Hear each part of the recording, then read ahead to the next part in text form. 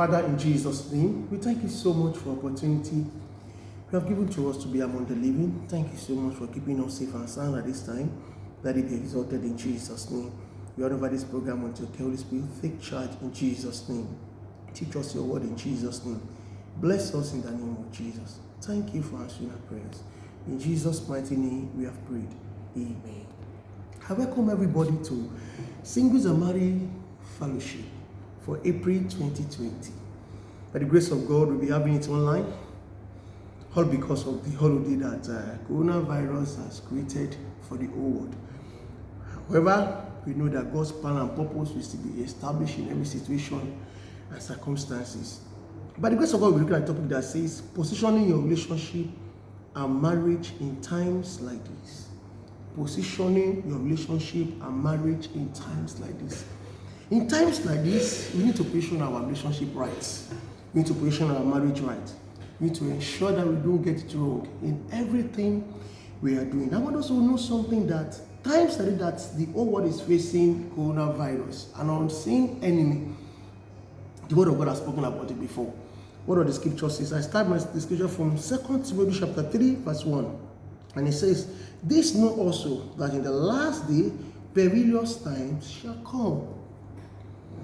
A lot of people will be wondering that what kind of situation is this that has affected the whole world. But let it be known to you that the Bible has explained it, that in the last days perilous times shall come.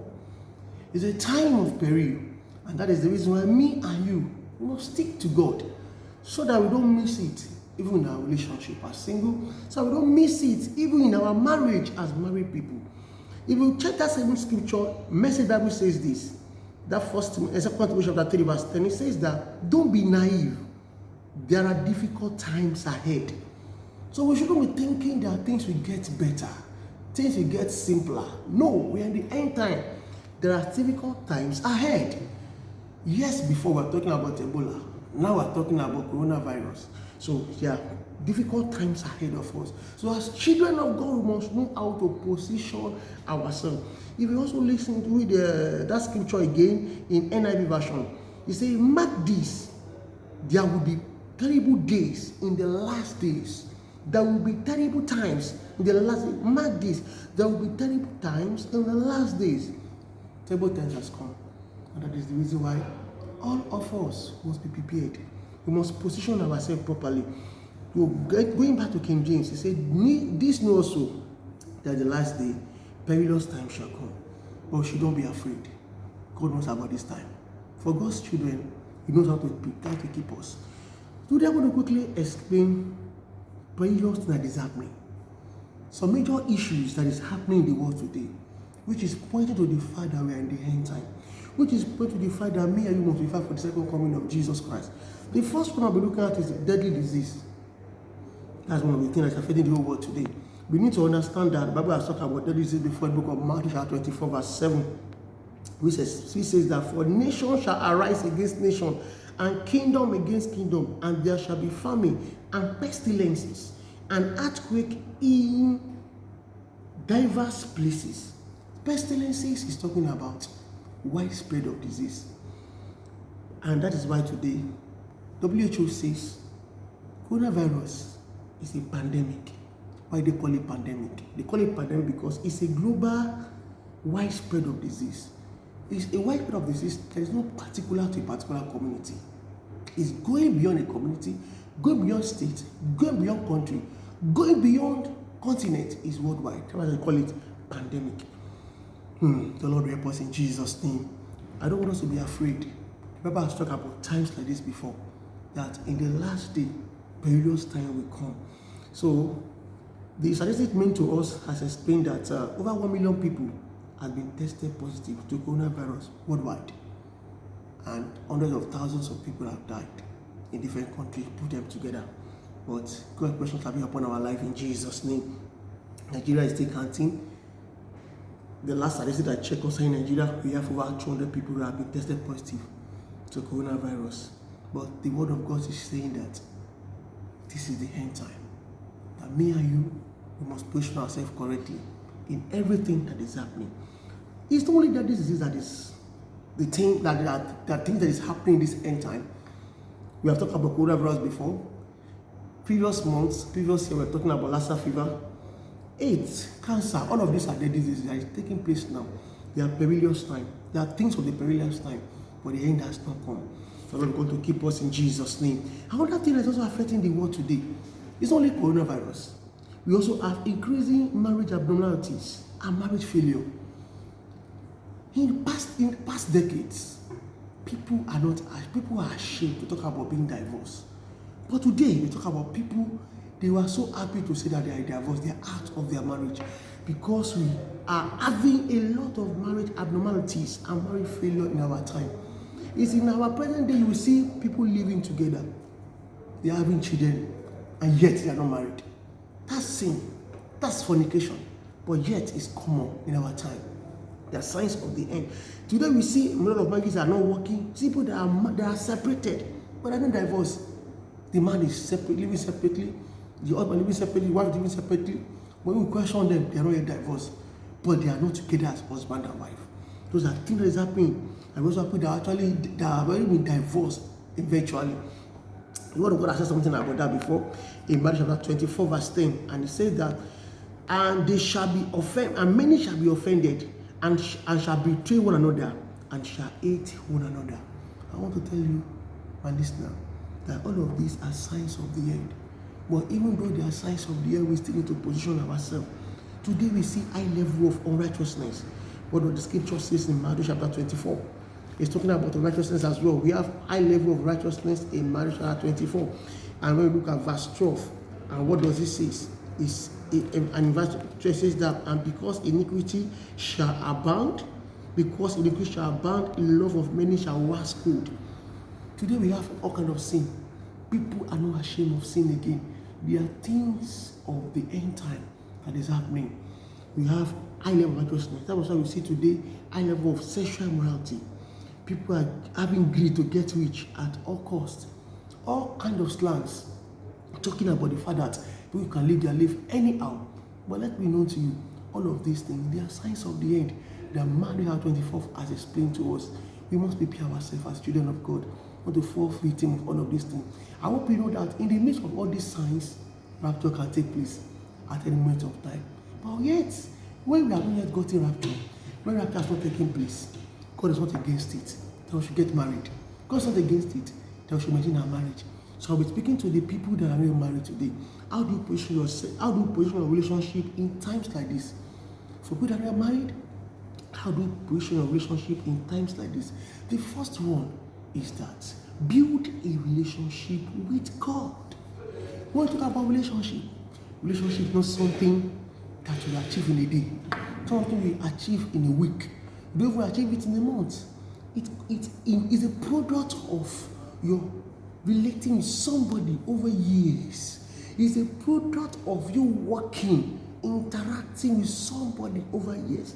And today, if you want to get it right in the area of marriage, a single person, if in this end time you want to make mistake, what is God telling you? The first thing you need to do is that build a relationship with God. There's a particular scripture I love to read, and that was in Genesis chapter 5, verse 24. 25:24 explained to me that, and Enoch walked with God, and he was not, because God took him. He walked with God. Are you walking with God? Walking with God involves having a personal relationship with Jesus Christ. Walking with God involves giving your life to Jesus as your personal Lord and Savior. Many people want to get it right in the area of marriage, but they don't want to give their life to Jesus. It's not done like that. You need a relationship with God first. You need to know Him first. You need to become His friend first. When that is done, then hearing Him in things you need to do will not be a problem. So I want to encourage everybody that's listening today that you should build a relationship with God. Don't forget the topic, positioning your relationship and marriage in times like this. But I'm talking to single first and foremost that you need to build a relationship with God. If you tell me that you are born again, when last did you read your Bible? How is your prayer life? What's the thermometer of your prayer life reading? Many of us, when we wake up, what's the first thing we check? We check our phone. We check our messages. A number of people will spend hours with their phone, and it becomes difficult to spend some minutes checking the scripture. Build a relationship with God. That is the first. In times like this, you need to build a relationship with God. What's the second thing you need to do? How do you position your relationship in times like this? The first one is that build a relationship with God. The second one is that listening to the inner voice of Holy Spirit. I want to tell you, God is ever speaking. It's only that man is not ever hearing him. God is ever speaking, but man is not ever hearing him. But today, I want to encourage you, listen to the voice of God. God wants to guide that man. That sister, God wants to guide you. That brother, God wants to guide you. In choice of who to marry, God wants to guide you. He did not want to make a mistake. Yes, we are in the end time. We are in the perilous time. Yes, we are in the time a number of people that are in the church are fake. But yet, I want to tell you something, that if you listen to the voice of God, you will not miss it. You should listen to the word of God, to the voice of the Holy Spirit, not miss. So the second thing you do is that listening to the inner voice of the Holy Spirit. Why do I say inner? I say inner because the voice will come from the inside. Don't expect God to speak to you audibly now. Don't expect God to speak to you as a man is speaking to his friend. But God wants to speak to you first and foremost from the inside. What the scripture says in the book of Proverbs chapter 20 verse 27. If you look at the book of Proverbs chapter 20 verse 27, it says something about our spirit man. Our spirit man is key. He said that the spirit of a man is the candle of the Lord, searching all the innermost parts of the belly. The spirit of a man is the candle of the Lord. Let me make a brief analysis to you. Every human being is divided into three parts. We have a spirit man, we have a soul, we have a body. Everybody have a spirit man, and that's what we call conscience. When we give our life to Jesus, it's our spirit man that becomes born again. And that's what Romans chapter 12 explained to us in verse 2, that we must renew our mind constantly. The reason why you need to renew your mind is because your spirit man is born again, but your soul is not yet born again. You need to renew your soul, and your physical body is not yet born again. If you are black before you are born again, you will still be black after being born again. If you are tall, when you are born again, so you'll be tall after being born again.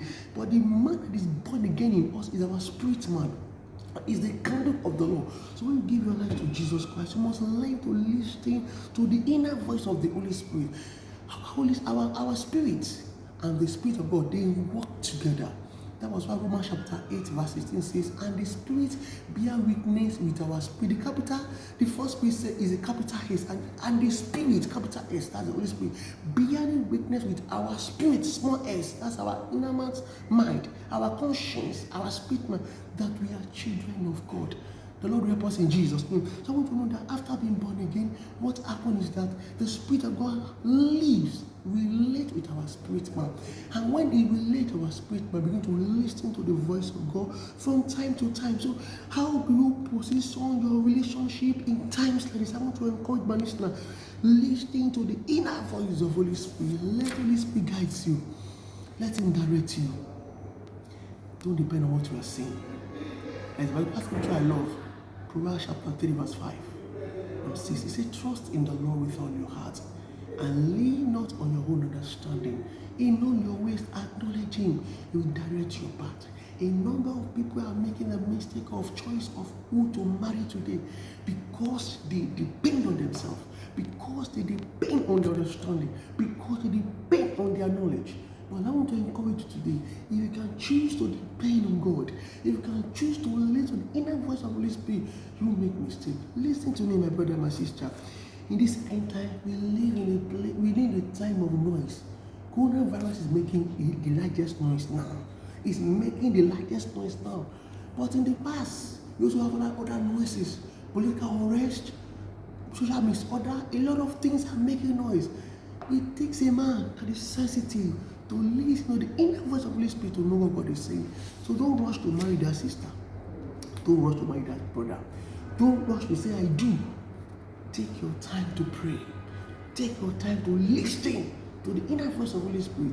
In times like this, We cannot but listen to what God is saying. God is talking to me and you. So we must be prepared to listen to Him, to the voice of the Holy Spirit inside of us. The Lord will help us in Jesus' name. And the third one, if we need to do, how do you position your relationship in times like this? The third one is that give room to interaction, give room to friendship, give room to courtship. There are three different things entirely. Give room to interaction. What is interaction? I want to let everybody know today that the foundation of every marriage is interaction. Those of you that are married, you are going to confirm it now. That person you married, the first day you met that person, you interacted. It will be for a long time, it will be for a short time. Maybe just visit one another. Maybe just talk for a while. Maybe find interaction with the exchange phone numbers. The first thing is interaction. Interaction. The person will meet for the very first time. You can say hi, discuss briefly. That's interaction.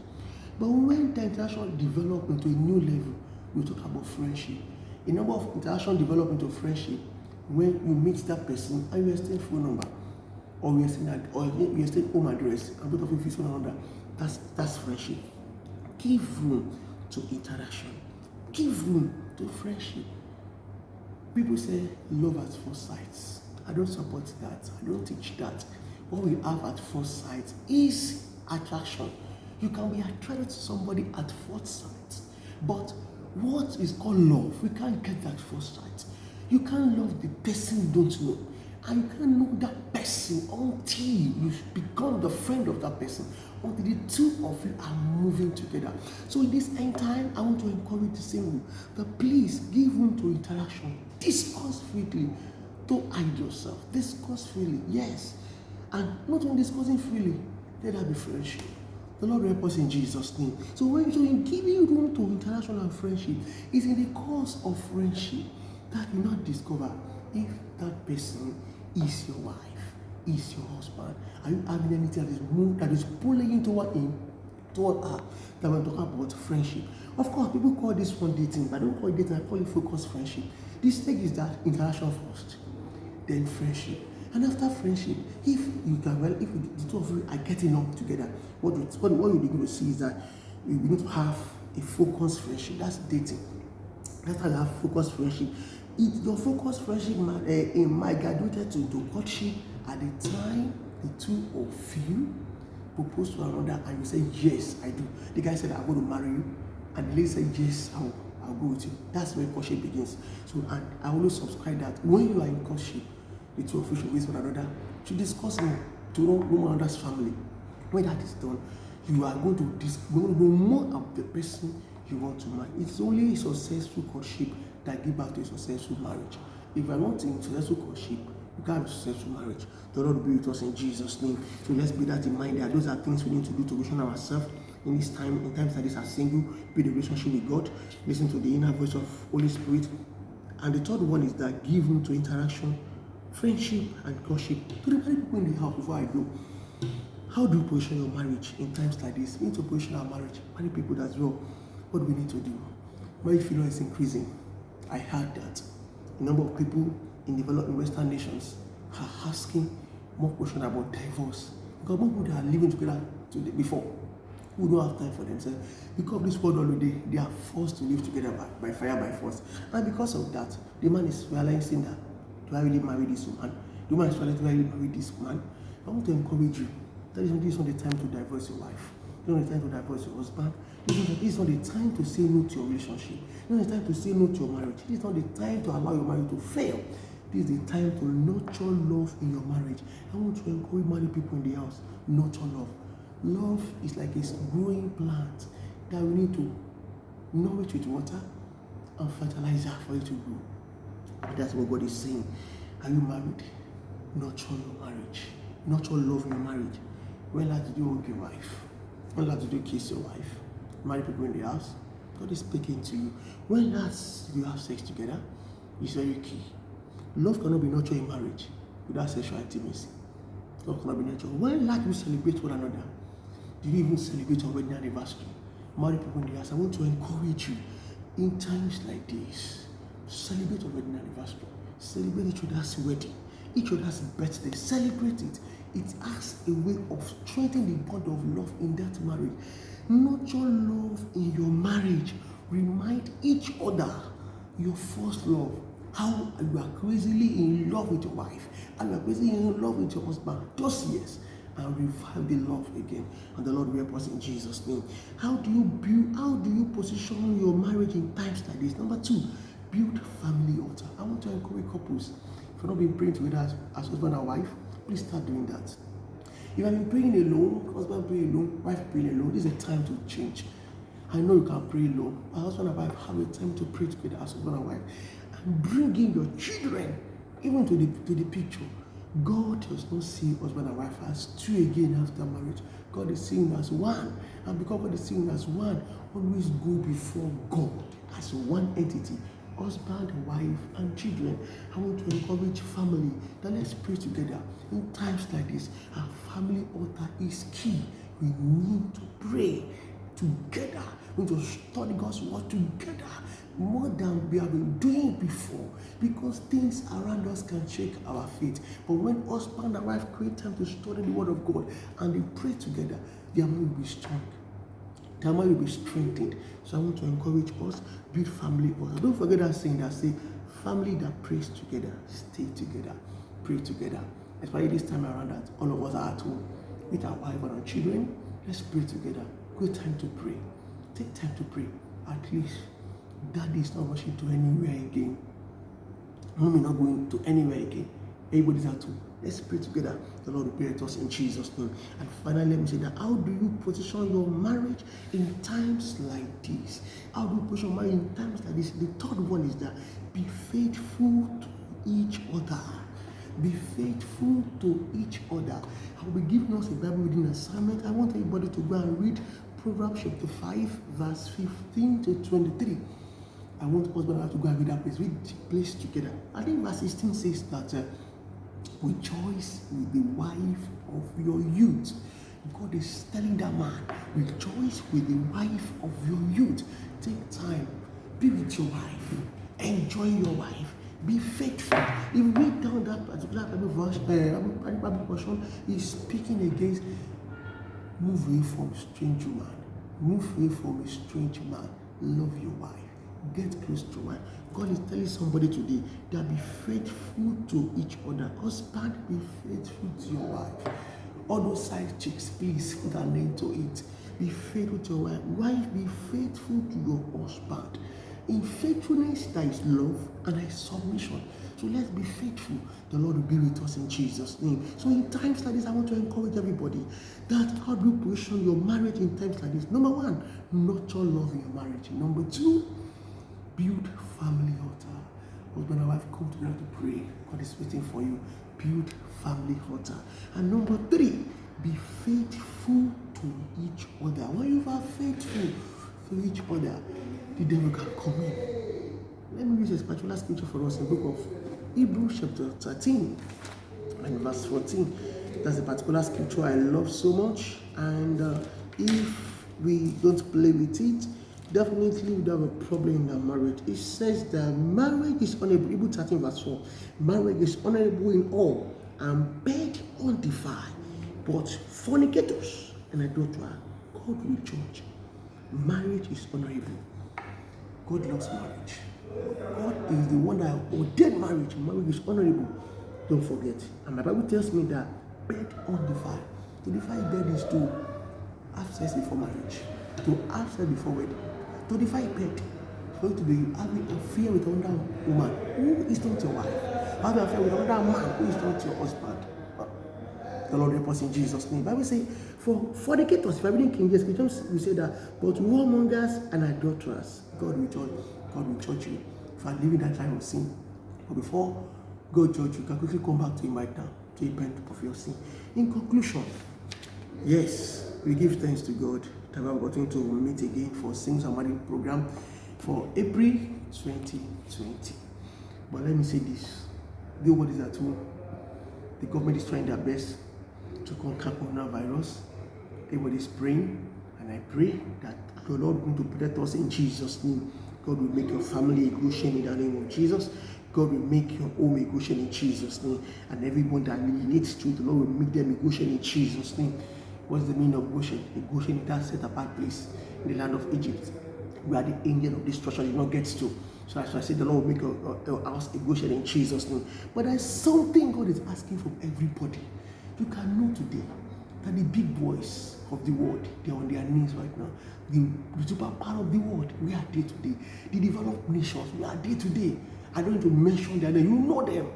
God is telling all of us, it's time to return to Him, to seek the face of God in remembrance. If you are there, join me to open now the Bible to 2 Chronicles chapter 7, verse 4. I want us to close with that. 2 Chronicles chapter 7 and verse 14. That's the message. That is what the whole world is.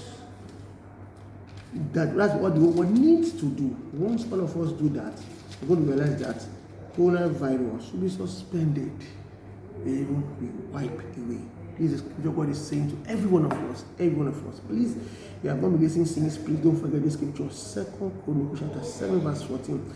If my people, 2 Chronicles 7:14. If my people which are called by my name and humble themselves and pray and seek my face and turn from their wicked way, they will hear from heaven and will forgive their sin and will heal their land. If my people who are called by my name, I'm begging you, my brother, I'm speaking to everyone today. Let's repent of our sin. Let's stop our wicked way. Let's come back to Jesus. Let's repent of our sin. If the whole world can repent of their sin, there will be an end to this pandemic called coronavirus. I believe God allowed this thing to happen so that we can be cautious of Him, so that everyone can know there is still a being called God, that He is still there and is watching all of us and is calling me and you, that if you can repent of our sin, if you can seek His face, He will answer us. Shall we rise up to pray? Are you there? You've not given your life to Jesus. God is calling you today. This is the time to accept Jesus into your life. As I've said the other time, rapture can take place anytime from now. It can take place. It can take place now. It can take place later. But the number one assurance you have, your insurance is if you have Christ in your life. Are you there? Going to give your life to Jesus? I want to encourage you right now. Begin to confess your sin to the Lord. Tell Him you are sorry. Tell Him, Lord, I'm sorry for my sin. Lord, have mercy on me. Tell Him that you are sorry. Confess those sins to the Lord. That fornication, that adultery you are engaging in. Tell Him that abomination, that abominable thing you are doing. Tell Him to have mercy on you. That abortion you have been engaging in. Tell Him to have mercy on you. Confess your sin to the Lord. Begin to tell Him to have mercy on you, to forgive you. Plead the blood of Jesus Christ to come into your life. I want to see after me as we say this prayer. I want you to see after me. Lord Jesus, I know I'm a sinner. I've come to you today. I believe in you, Jesus, that you died for me on the cross of Calvary, that I may have life. Come into my life. Make me a new creature. Save me from sin. In Jesus' mighty name, we have prayed. Amen. For the single in the house, I want to talk to the Lord, guide me. For the single in the house, don't forget those things I've learned. Lord, guide me. God, I want to hear your voice. I want to talk to the Lord. I hope you are talking to the single in the house. I want to talk to the Lord, guide me. God, guide me. In the choice of married partner, guide me. Till rapture take place. Marriage is still allowed. Wedding is still allowed. Lord, guide me in choice of who to marry. God, guide me. I want to hear your voice clearly. I want to hear your voice clearly. I want to hear your voice clearly. Don't go into that relationship until God has spoken to you. Don't go into that marriage until you have heard the voice of the Lord. Lord, God, guide me. I want to hear you. I want to hear you. Teach me give me a teachable heart. Give me a teachable heart. Waking my ear to hear you. Bring to talk to the Lord. In Jesus' mighty name, we have prayed. Amen. I want to encourage the married people. We have made mention of a lot of things for the married people. I said you should nurture love in your marriage. You should build family altar. You may wonder why did I not start with build family altar? No. I started with nurture love because when there is love in your marriage, you can pray as husband and wife very well. Talk to the Lord right now, my people. Many people that listen to me, to the Lord, let there be love in my marriage. Lord, revive love. Let there be love. Teach me to nurture love.